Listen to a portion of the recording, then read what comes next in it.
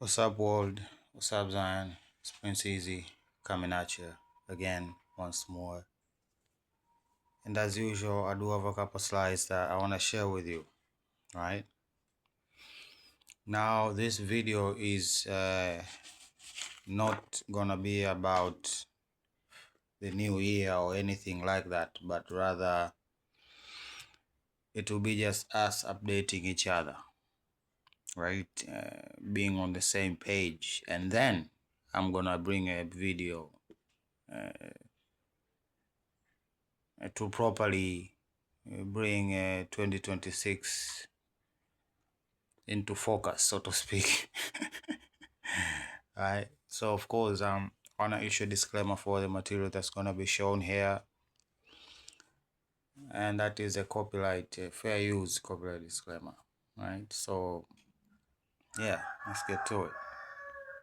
Now, everything you see in brackets, by the way, you see all these brackets? These are annotations that are made by the people overseeing the documents that essentially label these words to be redacted if they're ever released. Anytime you see brackets, these are words that the people like the NSA, FBI, CIA, the people who made the documents are saying need to be redacted if they are ever released to the public. They wanted these things to be hidden from the public. They didn't want people to know the names of the projects, as well as Oppenheimer or Dr. Bush or Albert Einstein even. It says Einstein became unreliable in 1955 and died of quotation marks. What the cancer. What the fuck?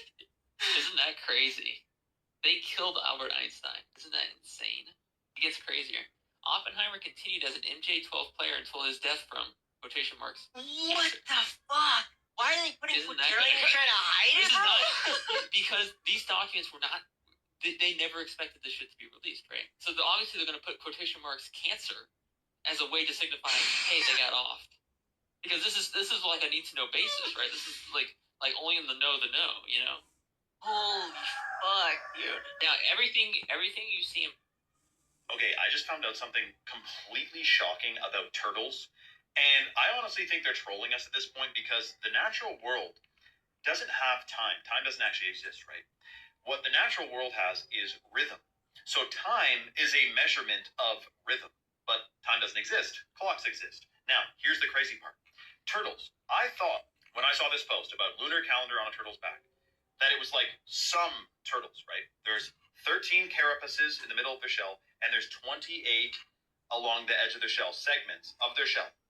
13 moons, 28 days on turtle shells. This equals 364 days plus 1 day of rest. All indigenous peoples around the world knew the wisdom of the turtle and followed a 13-month calendar, as there are 13 moon cycles in a year and 27 to 29 days per cycle. It appears that 1 month was subtracted in order to sever the connection between people with the sun, the moon, and the stars, which are themselves a giant clock. But what I found out was it's every single turtle and tortoise. Sea turtles, the same thing. A giant clock on their backs. So we're talking about the Fibonacci sequence is in the turtles, of course, as it is in all biological life forms. But the calendar is also on every single turtle's back. And you may be thinking, well, why would they change the calendar? Well, yes, to sever the connection, to alter our perception, our vibration, our reality just a little bit more.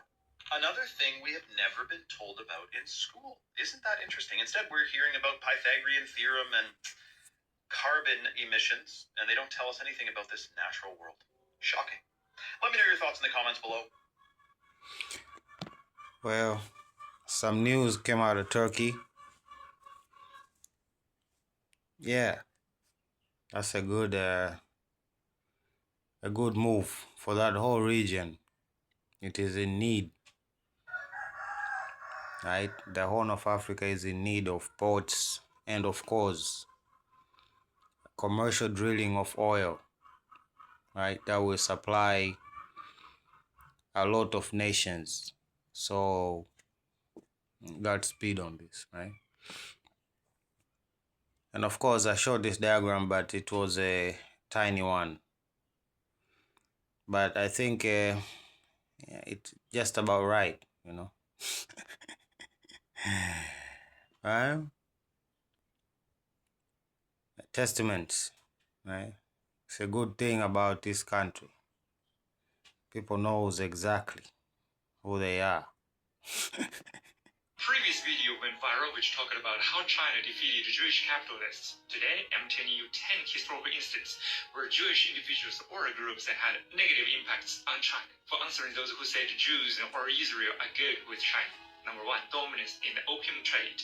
In 19th century, the Jewish Sassoon family controlled 97% of opium imports to China back then, leading to a massive silver outflow and widespread health deterioration among the population, directly contributing to the outbreak of the two deadly opium wars. Number 2, funding British aggression against China in 1840 Opium War. Jewish financiers like the Sassoons lobbied the British Parliament and funded military operations to forcibly open China's markets Oh my God. through warfare. Number 3, Pushulgan's betrayal of the Song dynasty in 13th century. The Jewish merchant Pushulgan surrendered Quanzhou city to the Yuan dynasty, massacring 3,000 plus members of the Song imperial clan and officials, accelerating the fall of the Southern Song dynasty. Yeah, we Chinese records and learn history for thousands of years. We know it. Number 4, economic exploitation in Shanghai from 1930s to 1940s. China hosted Jewish refugees fleeing World War II to Shanghai, resumed trades like usury and opium trafficking, rapidly accelerating wealth while worsening local living conditions. Number 5, collaboration with Japan in the Fugu Plan in 1934. Zionist groups secretly collaborated with Japanese militarists to establish a Jewish state in northeastern China, funding Japan's invasion. For example, Jacobus Douglas. It's the same story over and over. These people don't seem to know where the Holy Land is, huh? Right?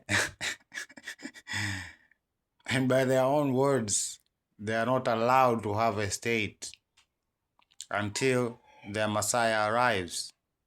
So, yeah. $1 million investment. Number 6, manipulating Boxer indemnity payments in 1901. Jewish financial syndicates played key roles in negotiating the Qing government's 450 million taels of silver indemnity to foreign powers, worsening China's economic burden. Number 7, nuclear technology fraud attempt in 1950s. Attempted to defraud the newly established PRC of foreign exchange reserves with counterfeit nuclear technology schemes. Number 8, geopolitical confrontation in modern era. Certain Jewish capital groups perceive China's rise as a threat, driving Western technological blockades and trade sanctions against China. Number 9, support for separatist forces in 21st century. Some Jewish organizations collaborate with Taiwan Rebellion Independence Forces, challenging China's sovereignty. Number 10, in 2006, Israel launched a military strike on a United Nations peacekeeping post in Lebanon, killing China's peacekeeping General Du Daoyu. UN peacekeepers risked their lives to retrieve General Du's body. To this day, Israel has never apologized for the incident. Follow me and share what they did to your country in the comments. Died. 1/3 of the entire world population was infected. There are several very interesting things about the Spanish flu. First of all, it didn't start in Spain. Secondly, it wasn't a flu. There's more, but let's start with these two, shall we? If it didn't start in Spain, then where did it? In the US. If it wasn't a flu virus, what was it? It was a bacteria. It's a familiar sight. It caused severe and in most cases lethal pneumonia. Long story short, during the first half of 1918, an experimental bacterial meningitis vaccine cultured in horses by the Rockefeller Institute for Medical Research in New York, now the Rockefeller University, was injected into soldiers at Fort Riley. The so-called Spanish flu was a vaccine experiment gone horribly wrong. 2 million of them went overseas.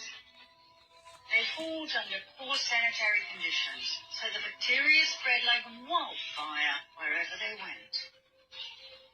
The story was then spread that these soldiers would come home with all sorts of European diseases, so the American population was vaccinated as well. Who was in charge of that distribution and mass vaccination program? The Rockefeller Institute. Who was the main scientist in charge? Dr. Frederick Gates. Those who survived became floudadults, meaning they spread the bacteria to others, even the non-vaccinated. In modern COVID days, we would call it shedding. The vaccinated infecting the non-vaccinated. Amazing coincidence, right? Frederick Can't even call him that. We can call him the weaponized, right? Because most people are led to believe that they didn't know that these spike proteins would manifest or would be a thing, right? It's not an intended consequence, so to speak, right? Gates then, Bill Gates now. Rockefeller Initiative then, Rockefeller Initiative now. Disease developed in Fort Riley, US then. Disease developed in Wuhan, China now. Well, this is old news, right? It was also developed in the US, whatever happened in 2019, 2018, because somebody's economy was in the brink of collapse. Closed down societies then, closed down societies now. Flawed adults then, shedding now. All for our own good, our own safety. Back then. And now. Died. So the Russians released the proof, and as usual on the other side it's crickets.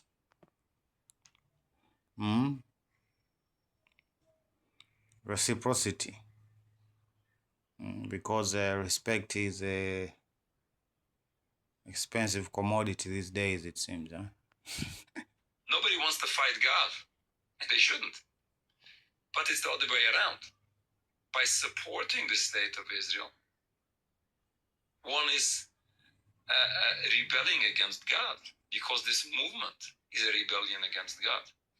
By supporting the state of Israel, one is not supporting the Jewish people. One places the Jewish people in danger. In addition to Palestinian people being in danger, Palestinian people being mass murdered, not only the past 2 years, but already for the past 77 years. But in addition to that, Jewish people are in danger because of what is taking place. We say that the state of Israel is the greatest exacerbation of anti-Semitism today. If one is concerned about anti-Semitism, this is a whole discussion. But it's the state of Israel placing the Jewish people in danger. Somalia, the real goal was, of course, to make Somalia safe for the oil corporations. Again, we are just closing up the year on the first day, right? I should have mentioned that in the talk here. The mainstream media have totally ignored the story about oil in Somalia. There was one remarkable article, January 18, 1993, in the LA Times, which said that 3/4 of Somalia had been conceded by the former ruler to 4 major American oil companies. And then they call them garbage, they call them trash, all of these things. No shame whatsoever. That all the civil wars were started by them, that led to them seeking to somewhere else to live. Right? And Trump is just continuing on the same legacy. But again, pretending like, again, they are spreading democracy. Look at this nonsense here.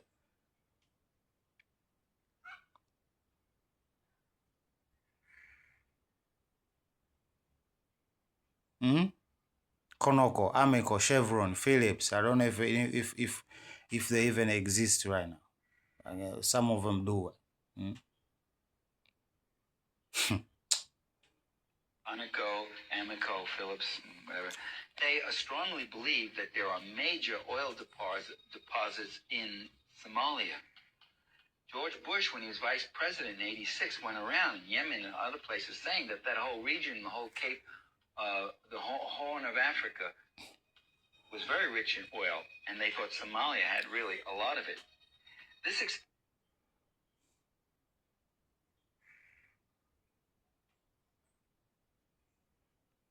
his strange behavior as President of the United States to suddenly send troops into Somalia out of the conviction that he wanted to feed the Somalians. There are about 12 nations in Africa that have had drought and famine for over a decade. He hasn't done a thing. He hasn't done a single thing for any of them. So why now is he suddenly so moved that he actually sent troops? And how do you feed people with troops? Why do you need troops? In fact, the drought and the famine in Somalia was alleviating. They'd had a good crop that year. That's the other irony, not irony, but hypocrisy of it. Well, once the troops were sent, there wasn't a single U.S. official or corporate executive who ever once again mentioned oil. The word was dropped. Didn't tell anybody. And that explains why Clinton is so reluctant to leave.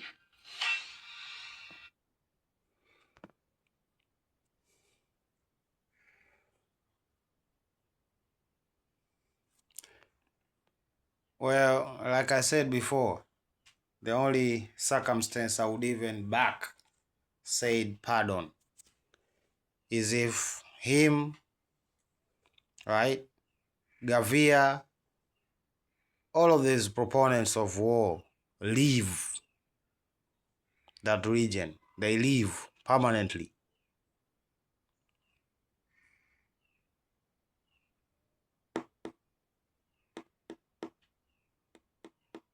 Or else just prepare for war. Okay, Mr. President? On the other side, this is what is happening in Nigeria. If you elect a politician who will continue to buy weapons to crush the people of the forests, you will destroy yourselves because you cannot do it. You cannot do it. Even Allah will not grant you victory. What now? Is it oppression or what? People of the forest, what does that mean? I don't want to speculate. Bandits. But what does that mean? Right? The minority, the oppressed minority, or again, interests. This is all about interests. This is not about Islam. It's all about interests. There is something that is there that benefits them directly. So they come without any shame and come and give out statements like this, right? But again, just to finish up 2025, that is the question. What will ye? Shall I come to you with a rod, or in love, and in the spirit of meekness? That is the question that we need to be asking ourselves, right? Because again, peace is not a happenstance. It's a consequence of choice, or rather it's a consequence of choice that we make every day. So I hope you make the best choice, because your will determine exactly how he will come at you, with peace and love and meekness, or with a rod. So anyway, let me not digress for so long. Bye, 2025. And of course, we are looking forward to the new year, which is apparently has started today. Today being the 1st of January 2026. So anyway, that was my last update for 2025, and this is me signing out. Love you. Bye.